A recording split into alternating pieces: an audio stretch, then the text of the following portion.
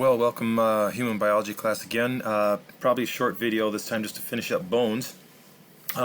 This rather pleased with himself looking young gentleman is displaying a feat of amazing flexibility. You may have heard the term double jointed applied to somebody who can do this kind of thing. Maybe you can do this kind of thing. In my mind, I used to be able to. I can't anymore without disassembling myself. But anyway, what's going on?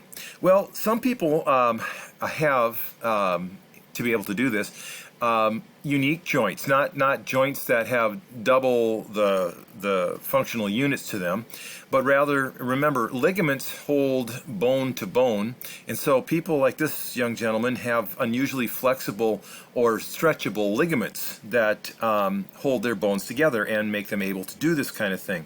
And of course, this can be improved with practice or exercise or working those joints more and more.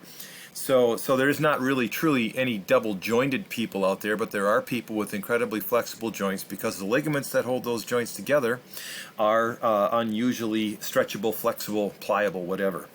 We're going to consider joints today then. We're going to look at basically three different kinds of joints.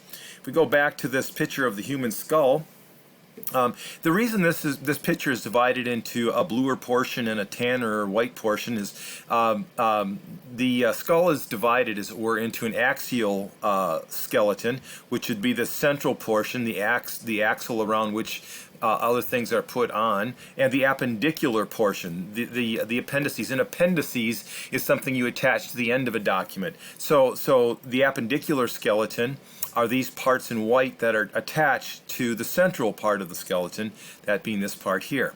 And so if you look at the skeleton, there are lots of different joints all around the body, in the knee, in the pelvis, in the elbow, in the shoulder, all the vertebrae, even the rib-sternum junction, and some other places too we're going to look at here. So let's consider these types of joints and some variability in them. So anyway, we break them into three parts. Fibrous, cartilaginous, and synovial are the names given to them. And we'll see there's some reason for those names here. First of all, let's start off with fibrous joints. These are also called immovable joints. And even that term immovable isn't quite exactly right, because there is some movement possible. If we look at this picture of a skull, there are two types of immovable joints here, or fibrous joints. Right here, the different bones of the skull are knit together, if you will, by sutures. They're actually called sutures. There are actually ligaments between the temporal bone and the parietal bone here of the skull, or the parietal and the frontal bone, or parietal and occipital bones of the skull. So there are little ligaments that hold these together. And when particularly babies are still developing or hardening the bones, growing and hardening the bones in their body, there's more movement capable. But even as adults, there's movement possible here.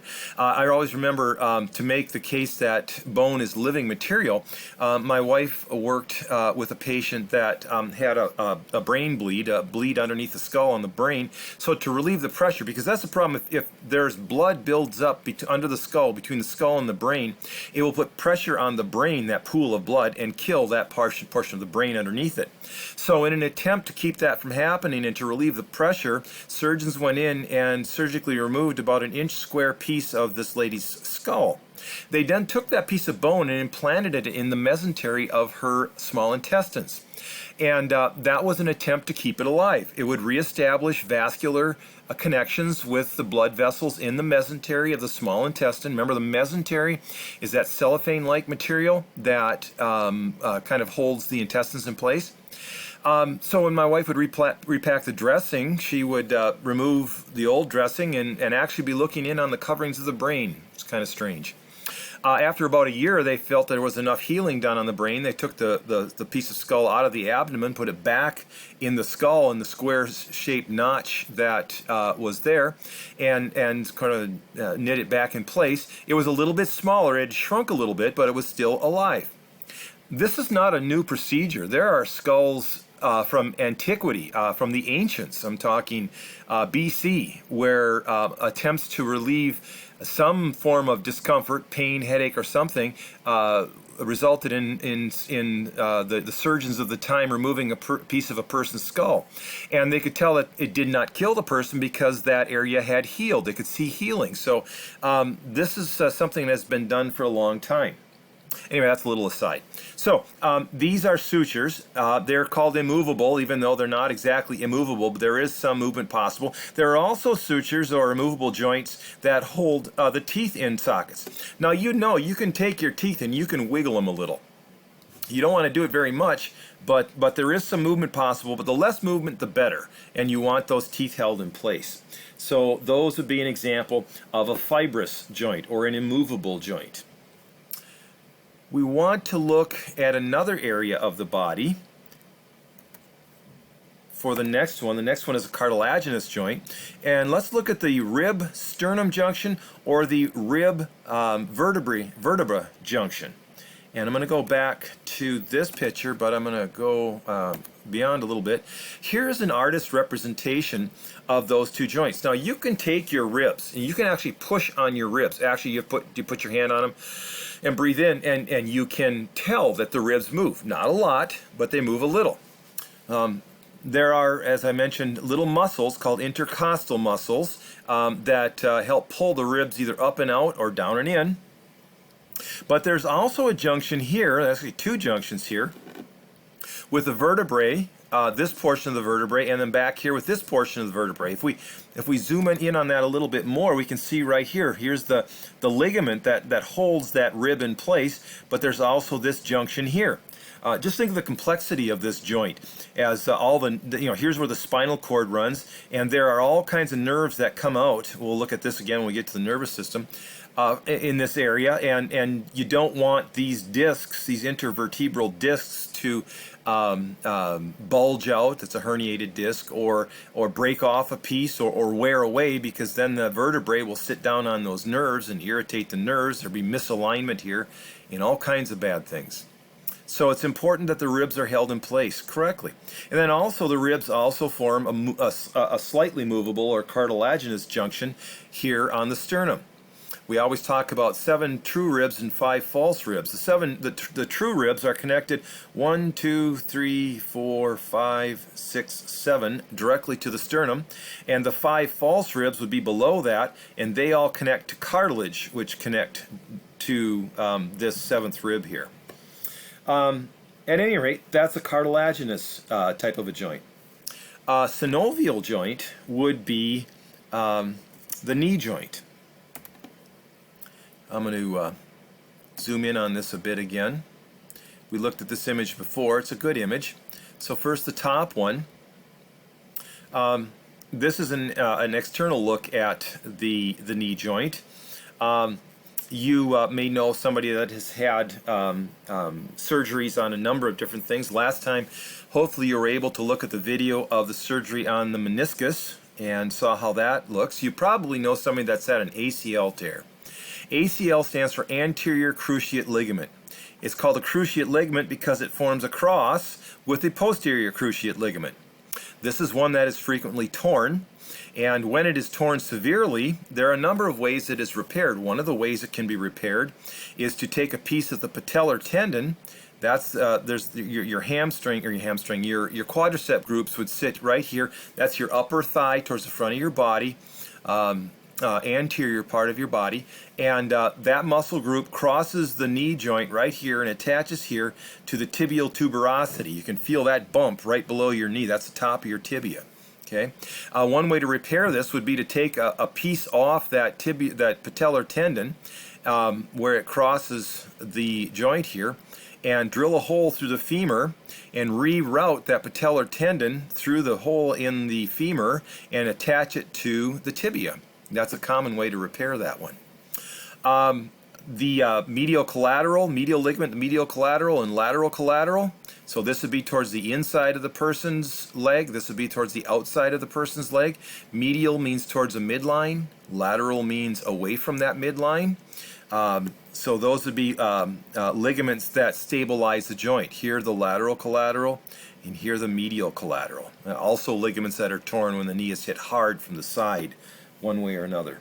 So this type of joint is called a synovial joint. So let's look at an internal look of the knee joint.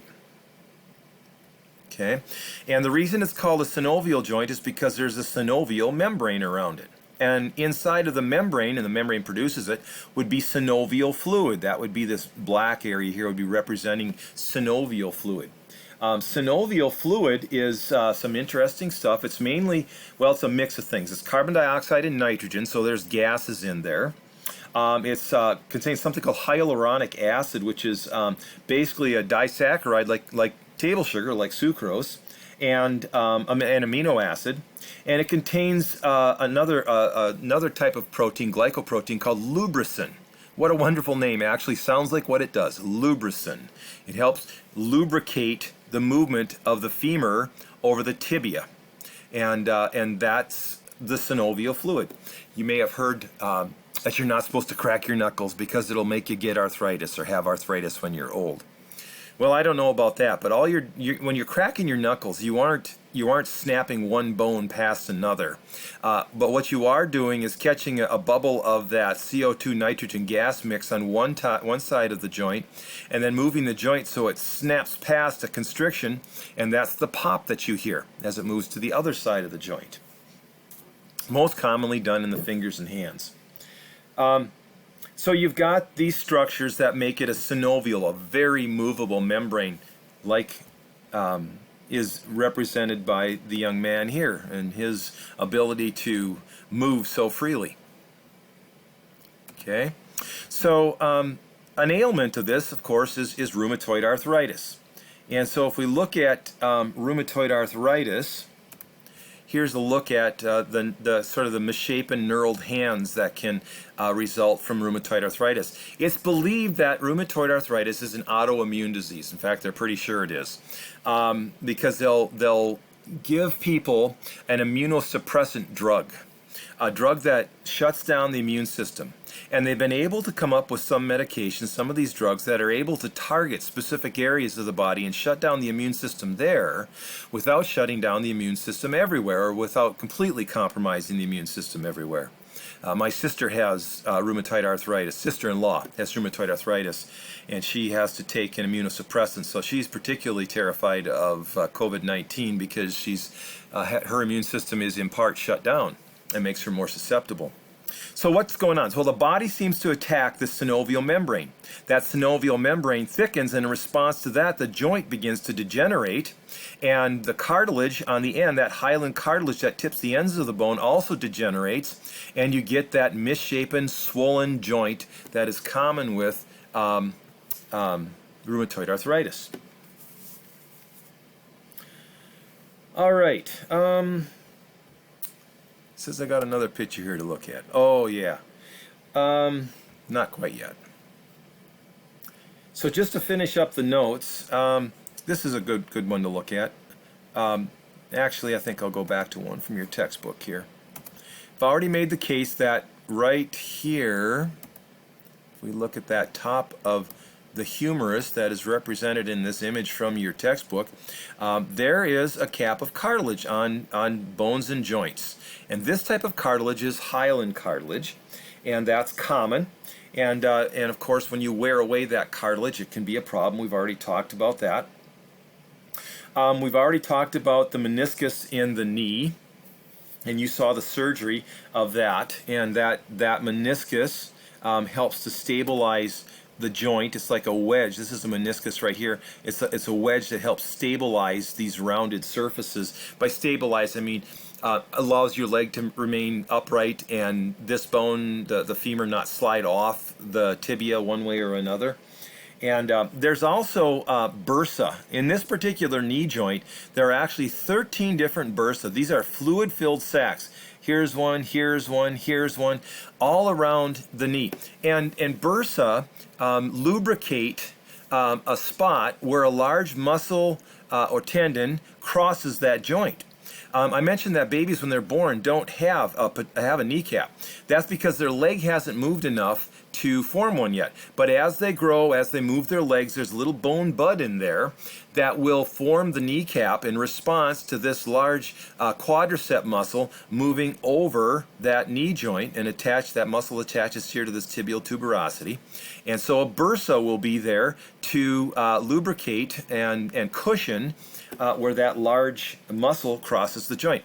A bursitis is an inflammation of one of those, and it can cause you to have a swollen joint. Maybe some of you have seen them. So I wanted to talk lastly about a few other issues. We've talked about rheumatoid arthritis. Osteoarthritis would be a breakdown of this hyaline cartilage. It's called wear and tear arthritis. Common as bones age, but you as young people are not immune from it either. You can get it for a variety of reasons. So rheumatoid arthritis is your body attacking the synovial membrane. Osteoarthritis is a breakdown of this cartilage that tips the hyaline cartilage that tips the bones. We've talked about double jointedness. We've talked about knuckle cracking. I think I'll go to that image that I alluded to before. This one right here, because this is an image of a condition called Osgood-Schlader's disease. And if you remember from last time's lecture, there is this growth plate on bones. This particular one is at the top of the humerus where it meets the shoulder. But if we were to look at the femur, which we will in this one, that growth plate is right here at the top of the tibia. I'm sorry, the tibia. This is the femur. This is the tibia. And in children, most typically 10 to 15 years of age, but not restricted to that. Because those bones are growing rapidly, they're not completely grown yet, and those people tend to be or can be very active. That can put a lot of stress right here on the growth plate, this tibial tuberosity area of the tibia.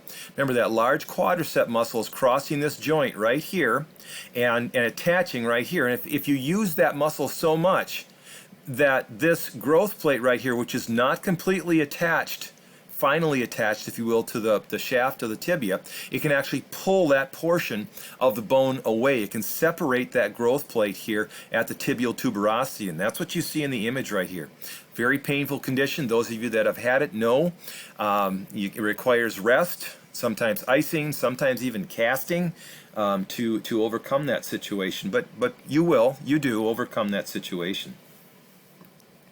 Another condition is, this is actually more of a muscle condition, but it's anterior compartment syndrome, since we're talking about ouches down here in this part of the leg. These muscles that are found here in the lower part of the leg are contained within a fascia.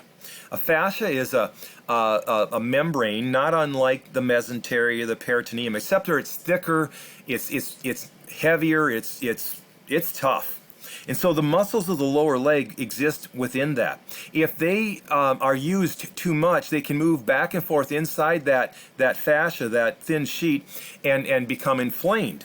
Well, there's no place for them to swell out to because they're inside a fascia. And that makes the condition worse, and you get this lower leg pain. Sometimes if it's really severe, I've had students in this class that have actually had to surgically have that opened up so that the muscle could heal and then re-sewn back together. And well, I don't know if it was re-sewn back together or that they just let it heal open. It can be a serious condition. Another term is shin splints. It's kind of a generic term. There's a number of different things that can result in pain in the middle to lower portion of the lower leg. Anterior compartment syndrome can be one.